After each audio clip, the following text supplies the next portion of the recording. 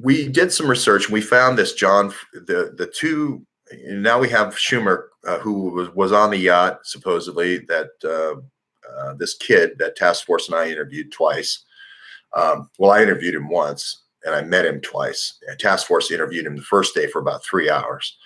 And he had a really long story with a lot of detail. But one of the yachts, he said Anthony Weiner was on the yacht, Schumer was on the yacht, Joseph, I think, well, I don't know if John was on the yacht or not, but John was on Block Island pictured about a day later with Bill Clinton. But then Clinton was on the yacht, Huma Abedin supposedly was on the yacht, Hillary Clinton on the yacht. But this was a big planning session from Martha's Vineyard. And they were going from Martha's Vineyard to Block Island, supposedly. And then this stuff happened, right? So I had said he's Nellie Ohr's grandson. This is a throw. She had said, no, this is a kid's a real victim. But I said, well, it could be a victim and still a throw because somebody has helped him recover his memory and they're trying to help his memory in a different direction. And it seemed like all the reporting on this so far, Thomas Paine actually had a recorded interview with this kid. He hasn't published it yet, but I am asking again, Thomas, you should publish that interview so people could hear all the people who were on the boat, right? Then later on, if you're having 20 years later recovered memory and you say somebody's head was cut off, that could be a conjured image. But having such a crisp memory of who was on the boat is worth looking into seeing if Chuck Schumer was actually there and Anthony Weiner was actually there. So we should ask them if they've ever been on the boat. Today, Chuck Schumer is calling for the CIA to do an intervention on Trump.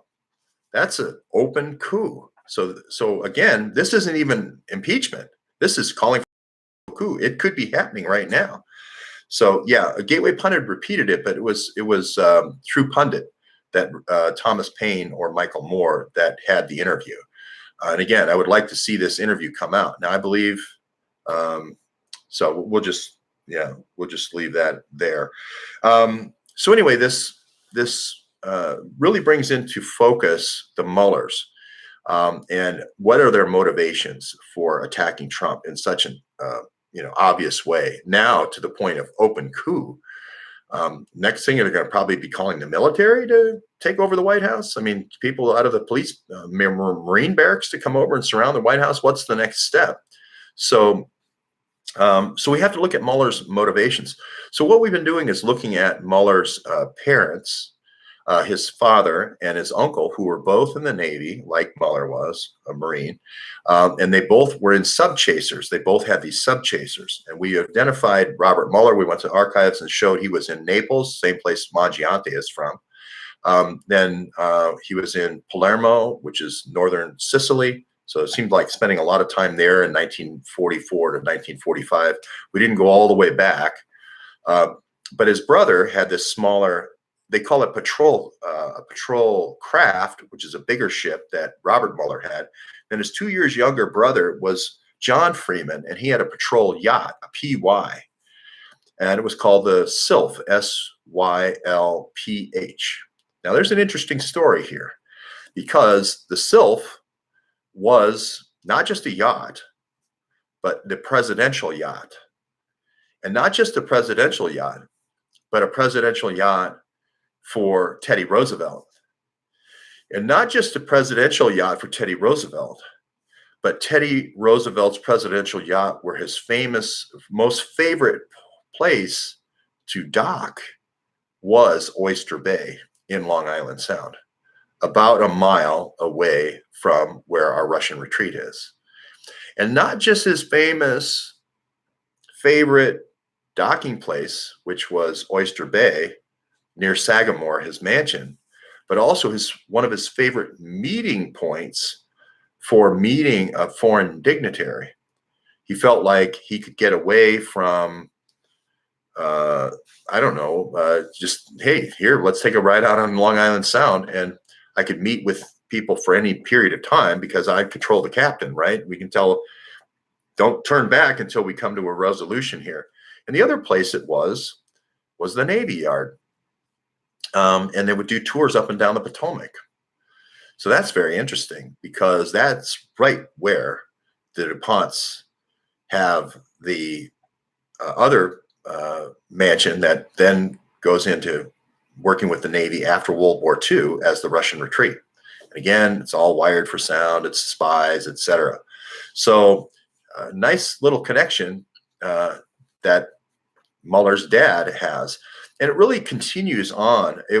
It's the presidential yacht all the way through Woodrow Wilson. Now this is called PY or patrol yacht, presidential yacht as well, PY-5. Now the yacht that actually Freeman's on, and it looks like it survives until about 1939 or 1940, something like that. But then there's another yacht that is the PY-12 that's also named the Sylph that Freeman is on. So we don't know all the details. But we do know that kind of Teddy Roosevelt was the first person to kind of come up through the Navy ranks, if you will. He was the mayor of New York, then he becomes the mayor of governor of New York, excuse me. And then he becomes the undersecretary of the Navy, the same route that FDR took. It's kind of like the Navy's man. It's the first real deep state player. He builds this great Navy called the Great White Fleet. And he marches them all around the world and so forth. He has this big tour of Navy, carrying a big stick, the Great White Fleet. Now the U.S. has now got this U.S. Anglo partnership, this new axis of power that rules the world. And interestingly enough, this ship flies both the U.S. flag and the British Admiralty flag. It's an Admiralty flag, and when it's the presidential yacht, but it's also flying the British Vice Admiralty flag, which is just an odd connection. So, yeah, Great White Fleet. Potentially egomaniacal. But I thought that was interesting because in our story, again, we don't spend a lot of time on things that don't appear to be promising. But we, again, the only ones ever to go to the gate, the only ones ever to say Konstantin Kilimnik, the only ones ever to say, here's where Kislyak did the deals. Only one that went to Kislyak's residence and showed all the young Ukrainian girls coming in and out with all the political operatives in D.C. coming down the street from Baker Hostetler and the cigar bar up at Morton's. So again, we focus on these key places that are going to come back again and again and again in the story. And it's certainly the other interesting piece is the other Russian retreat that DuPonts give to the Russians is in Centreville, which is properly pronounced Centerville, but I like saying Centreville. And it's in this Chester River. Now, we had a whole bunch of articles where people are afraid that submarines would be coming up the Potomac or the Chesapeake Bay, and then they would be going up the Chester River, and then they would be coming and going out of so close to Washington, D.C. But if you were the British Navy, if you will, the intermediaries between the Russians and the Americans, you might not think that's such a bad thing. Or you could meet somebody 12 miles out in a sub chaser and then bring them in for a meeting and then take them back out on your sub chaser.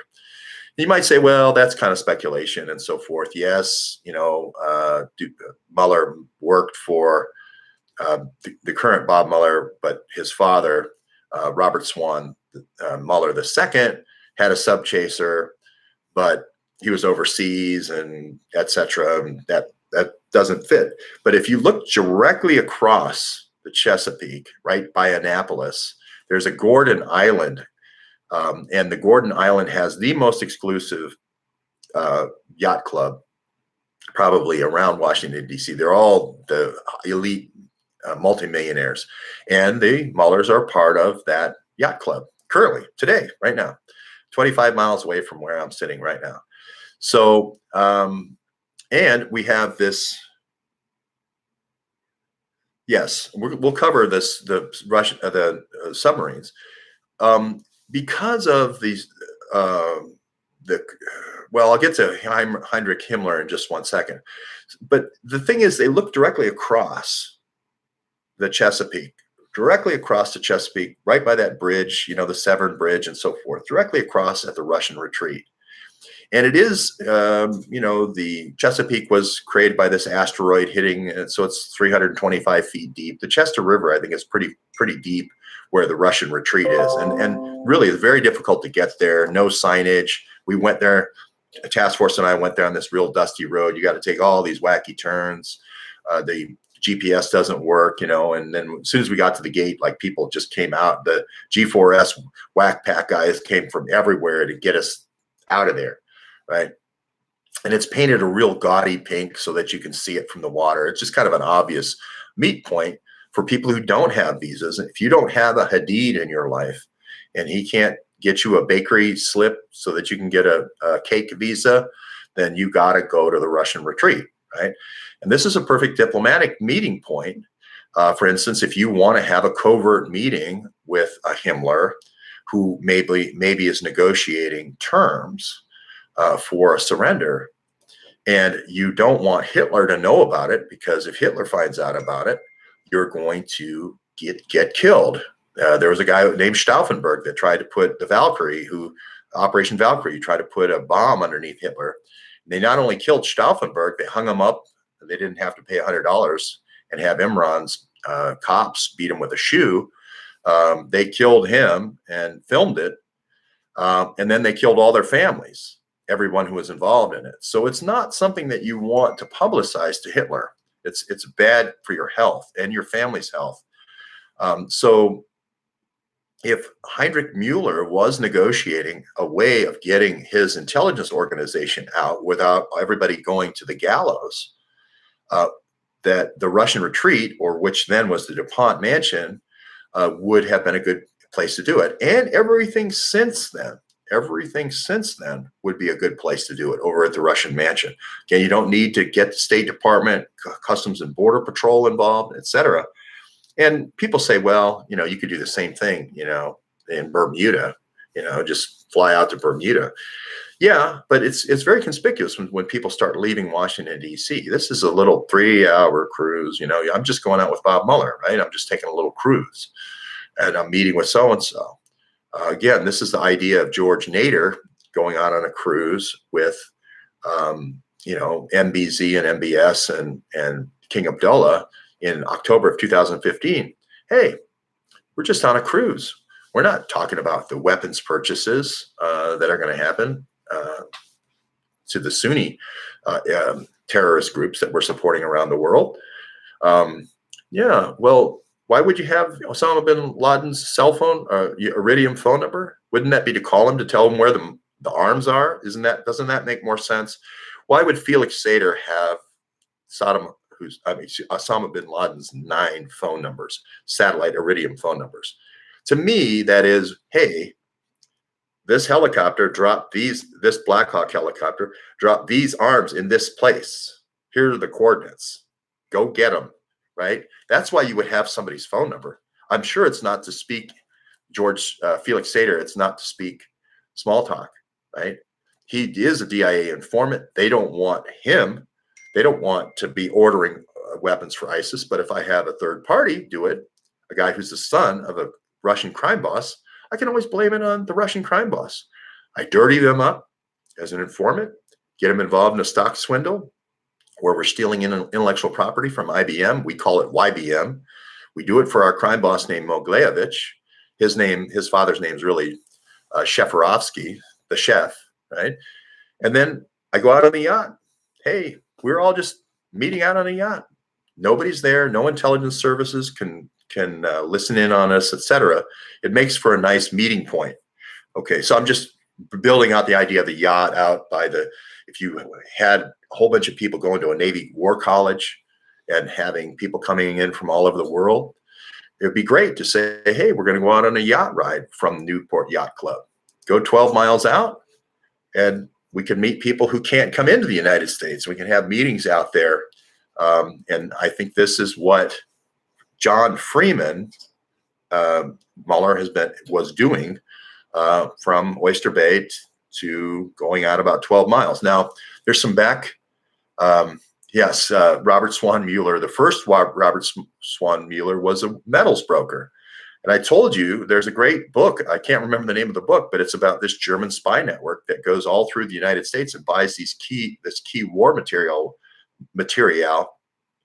before the First World War, and then really in the run-up, when Hitler kind of gets a little bit of backing from Harriman, Brown Brothers Harriman in 1927, it just goes off the chart where they buy all this stuff. Thank God we didn't sell them our uranium that was underneath the Bayonne Bridge in New Jersey, but we sell them everything else they need. And Robert Mueller, you're going to find, is going to be the grandfather, is going to be one of the biggest war profiteers selling metals. Well, if you look up the metal molybdenum, it's the story of molybdenum being the lining of cannons, because the problem was you fire the cannon and the contraction and so forth with the heat, it would start cracking. And then you'd have these explosions, these cannon bursts, and they'd kill everybody in the artillery crew. But if you put a molybdenum sleeve inside the cannons, then you could fire them over and over. Molybdenum, yeah. And it's also Molly 99. I think Molly 99 is like Judge Janine, who had cancer. You would use a Molly 99 radioactive substance to actually see where your cancer is and isn't. I also believe if you hit a uranium-235 atom with a neutron, you end up with something close to molybdenum 99 as one of your isotopes. Maybe you get technium one element up, you get technium one element up, and then you can take technium and make it into a molybdenum by doing some fun stuff chemically. But we won't need to go into all that detail. But I do think that 235, it breaks into, and molybdenum is one of the of a fission reaction is one of the results. It was in it was mined in Colorado, and the story is, if you watch the movie with Hugh, Song and Dance Man, it's about Harry Houdini, and I can't remember Hugh. He's the song and dance guy.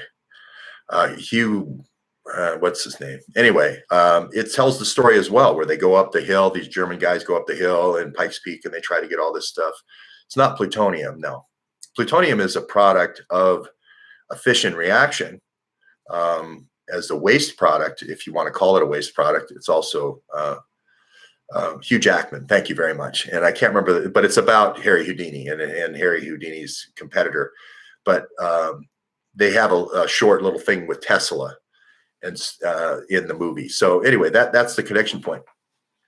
So I think this SILF is an interesting idea. Now I'm going to get into some real conspiratorial stuff now. And this is, again, I'm going to use the card as the clapboard here to say this now is conspiracy farm stuff. This is the stuff, but this is the stuff that the kid told task force.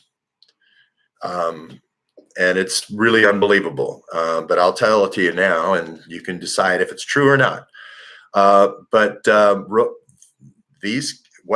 What this kid said was he was abused, and there was other kids his age abused by going out and being on these yachts for not 1 or 2 days, but like 3 weeks. And the people out there past the, whatever it is, 12 miles out or 20 miles out or whatever the international line is, where they don't have to worry about, they're always out there. And this is the Rosicrucians. And these Rosicrucians, they follow this weird Swiss Rosicrucian guy. I can't even remember his name, Policius or weird. Anyway, it's weird.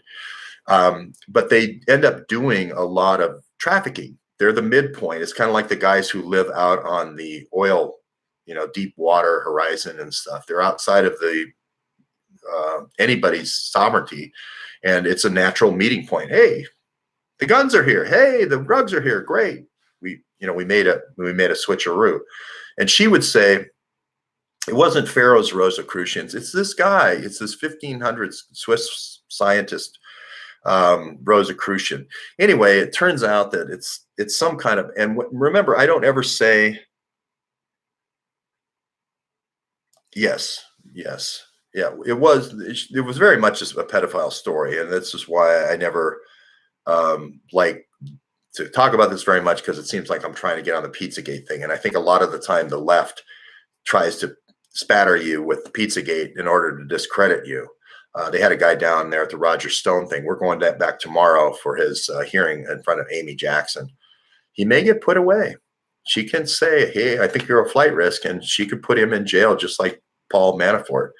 But anyway, they had one guy yelling, "Hey, WikiLeaks is about Pizzagate. WikiLeaks is about kids in a hot tub on a Friday night." No, it isn't. WikiLeaks is about a whole bunch of things. One of them is Nadra. I mean, one of the things that they did, Natalia Sova and Abid Awan, A.B. and Awan Brothers ID, did when they invested this money and did weapons for these different groups, Hezbollah groups, is they put it into surveillance stuff. And one of the technologies was the Nadra project for biometric phones. The idea being that you could give your phone to anybody, but if it's biometrically connected to you, now I know where you are all the time. And that's what the Nadra system is.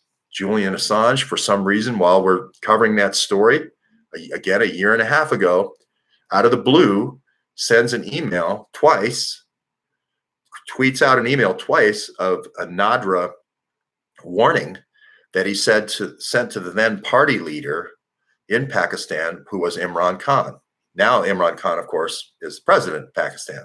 But at that time, he was just a party leader of this Triple P party. But out of the blue, he sends a 2009 email about Nadra. Interesting, right? Is that a clue? We thought it might be a clue at that time. Remember, he sends an email about Chernovich. I met Mike Chernovich, saying an interesting person to follow. I'm glad he didn't say me. But anyway, these guys reinvest their money into ISR, into intelligence, surveillance, and reconnaissance technologies. One of them was the nanoset technology, by using these small, and I can't remember the name of the company. It's like Planet Earth or something like that, but they can get really. It was for following Osama bin Laden, and it was like Planet Sats, or they use small nanosets to track Osama bin Laden. And now the story is just broke. It was a classified story for a long time, but now it's broke. It's Planet something with these nanosets, and they were using them to track Osama bin Laden. And that was the nanoset company, I believe, to send this technology, these little cube satellites. But anyway, Nadra Bank was the bank that Natalia Sova put the money in. Dimitri Firtash collapsed the bank after about 4 or 5 years, after all the the weapons were sent and so forth. They created another bank, etc. So back to the Rosicrucians. Well, people who follow this, and I can't remember, it's Parcells or whatever the guy's name is, this weird Swiss physician. Supposedly, and I don't ever say Nazi. I don't like the word Nazi, but I do like the word paperclip, because it's very specific. It's a very specific operation that we can go back and look at. Paperclip is, I think I may be buffering. Lanny Davis connected to Firtash. Oh, that's great. Lanny Davis, yeah, the Clinton's lawyer connected to Firtash. Okay, go on. Planet Labs. Planet Labs was doing this project. So I don't know if the secrets, I don't know if who made them. I don't know who made the actual nanosets, but the patent definitely went to I can't say that for sure, but the patents, I think, according to the US Patent and Trade Office people, that gave me the indication that the patents went to a server that the Awans controlled, and that was backed up to Lahore, Pakistan, and this Crook server they had. And the reason being is pending patents sit over at the Library of Congress for the U.S. Patent and Trade Office for some reason. Congress always wants a look at this. Laika the space dog. Yeah. I remember Laika the space dog. They set monkeys first, but then Leica went out there. I don't know why you would say that though, in context of what. So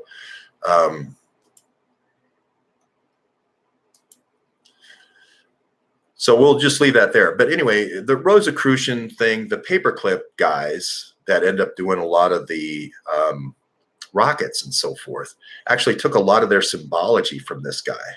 I don't know that, you know, the swastika and everything supposedly comes from the Rosicrucians and so forth. So it's troubling if this kid really is credible, that he would be on a boat for, you know, 2 weeks, 3 weeks, I guess, in the summertime, I guess, and that he would be with these people and repeatedly abused by different people. That would be kind of sick. But anyway, that's what he said. That's what Task Force said. And I would like to see that actually, you know, come to fore. Now, turned out one of the kids was from Mecklenburg, Germany. And it could be a real victim.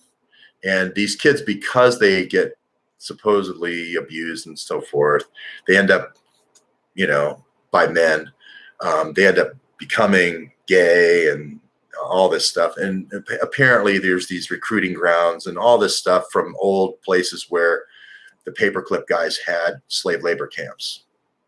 Mecklenburg is one of those places. That would make sense. Again, I don't want to get into the conspiracy side of this. I would like to see the interview come out with the kid, though, because it is a way, if you're doing drugs and weapons, let's say 12 miles out, and somebody says you don't leave the boat until you have your choice. Here's the girl or here's the boy. And we're going to film you doing it, or we film you without your knowledge. If you come forward and say, these guys are doing drugs and weapons, they immediately come out before you have a chance to get to the press, and they come out to the Washington Post and say you're a pedophile. I think this is exactly what happened to George Nader. George Nader was probably some low-level operative. He went out to the boat. All of a sudden, boom, you know, we've caught you in a, you know, with a 12-year-old boy in Prague. Now, David Petraeus could use you for the rest of your life to meet MBS and MBZ out on yachts from now until forever. You're going to be our guy. You're going to be our yacht guy. Isn't that how he ends up out there as a pedophile, being with a 12-year-old in Czechoslovakia? I mean, it makes sense that Petraeus would use him. How else does Petraeus know after Oteba introduces him? How does he know how the meetings went if there isn't some kind of back channel through George Nader? How does he know how that meeting on that boat went unless there's some kind of back channel? How does Oteba know how the meeting went unless George Nader has a yacht that is wired for sound? I just don't know. Anyway, Kay Griggs would say the same thing about the Marines and compromising the Marines. A lot of people say that, you know, Dunford compromised. You just can't get very high in the Marines without at some point about colonel level getting compromised on one of these yachts. So who knows? This is all conspiracy, and I don't really like going in that direction. But if you do look at the name Sylph, SYLF, and enough that a presidential yacht would be named after it, and then you look at them naming it again for the, you know, PY5 and then PY12, Sylph does go back to this Rosicrucian thing, does go back to this whack job guy who is this crazy scientist. And the other thing that's wacky about this Paracelsus, or whatever heck his name is he is the father of toxicology. Like if IG Farben had a mascot, it would be this guy.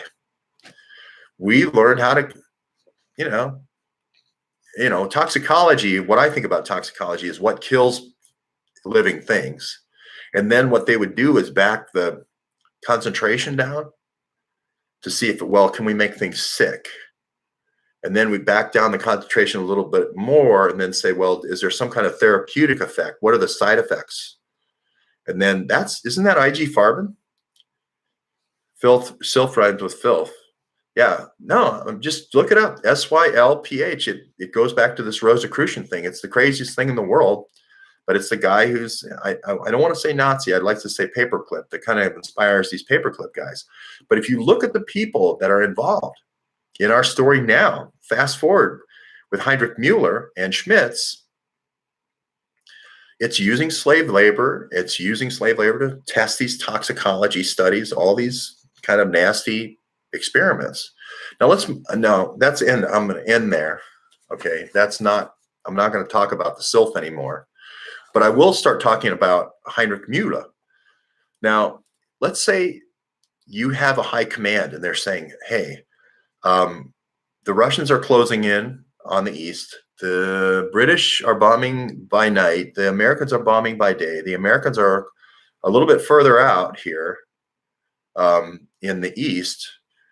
Hitler is not listening to us. What we'll do is we'll do a big offensive, okay, and let against the Americans. And then the Americans will stop waiting for the Russians. The Americans will then attack, and then Patton will sweep through.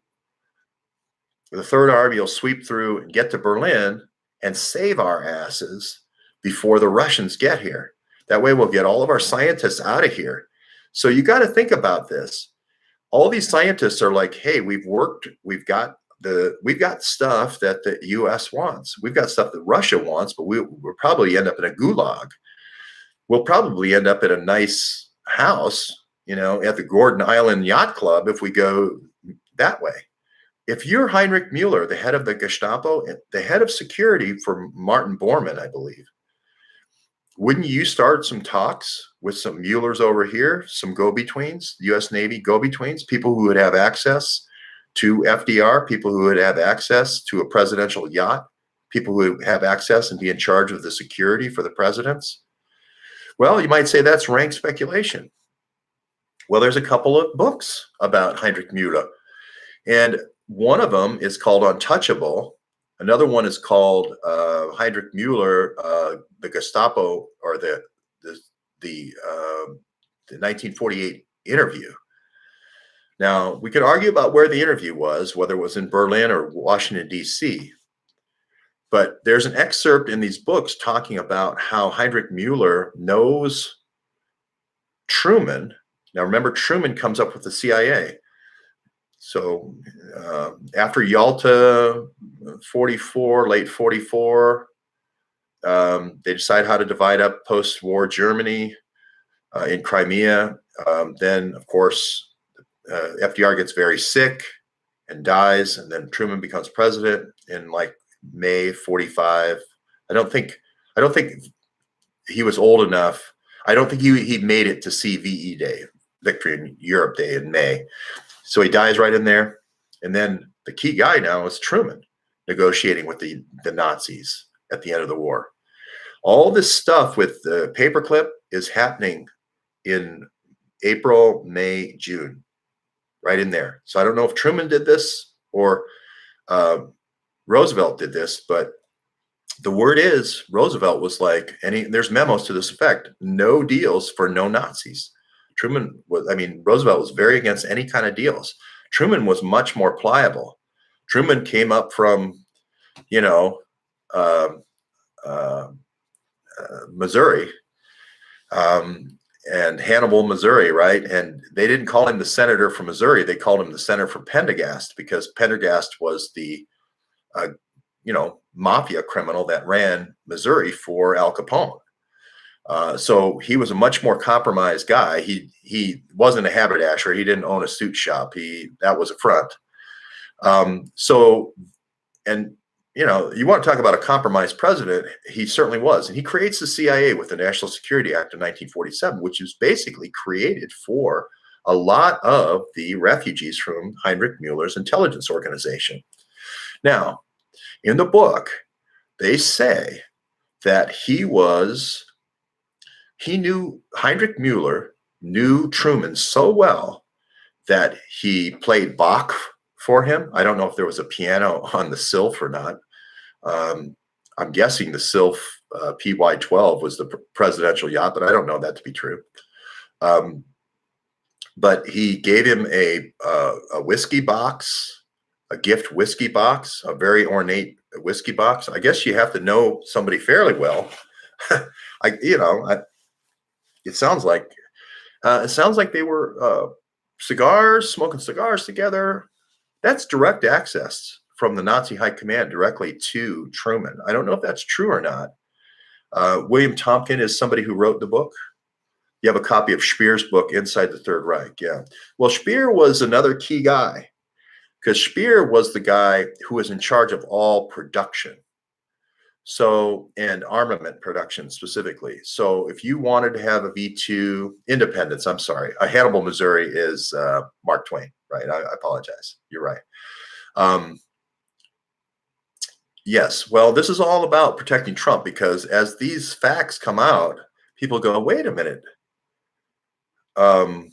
This sounds like the Navy's kind of controlling and putting in the presidents here and kind of using intelligence.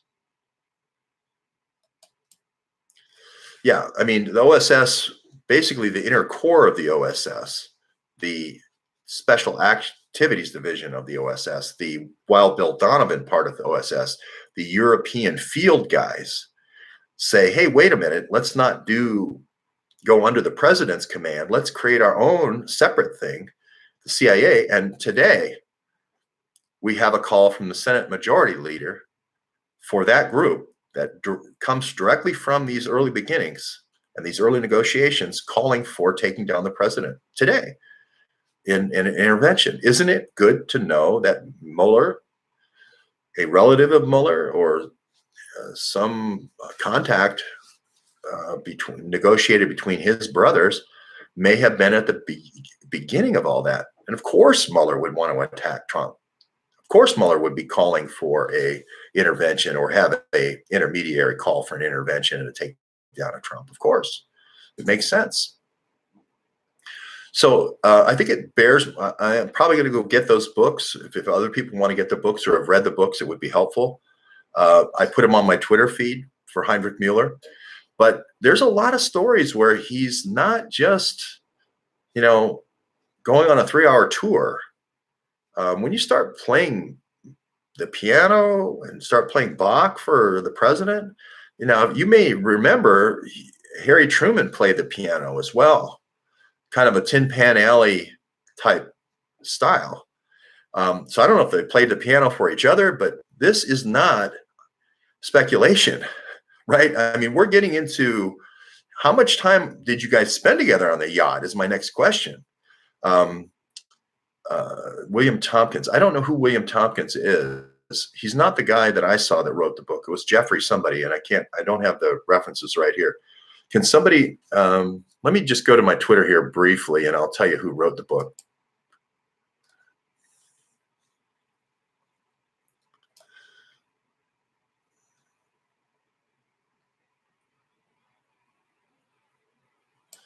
Oh, I got to look at people I've replied to. There's a lot of pipeline murders happening now. I don't know if this is fallout from the Wellen, but a lot of these GRU sniper guys are one guy was arrested right in the Russian parliament yesterday. Follow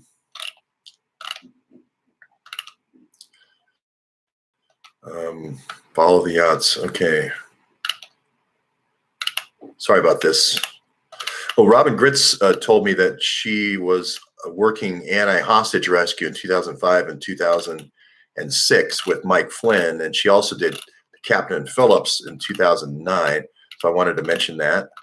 Yeah, the takeover there of, well, I had it on my site for a while, and I guess I don't have it right now. The Mueller book.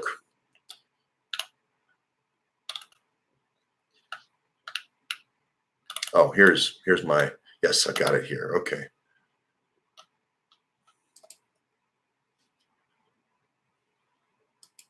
Okay, people are going to have to look at it different. Thompson's is very Navy guy, talked about dark projects and such. Okay, so we have some things to look at. I'm going to probably leave it there. But this is definitely going to be the mother lode. If you think back on our series here, is we haven't been even off one street address.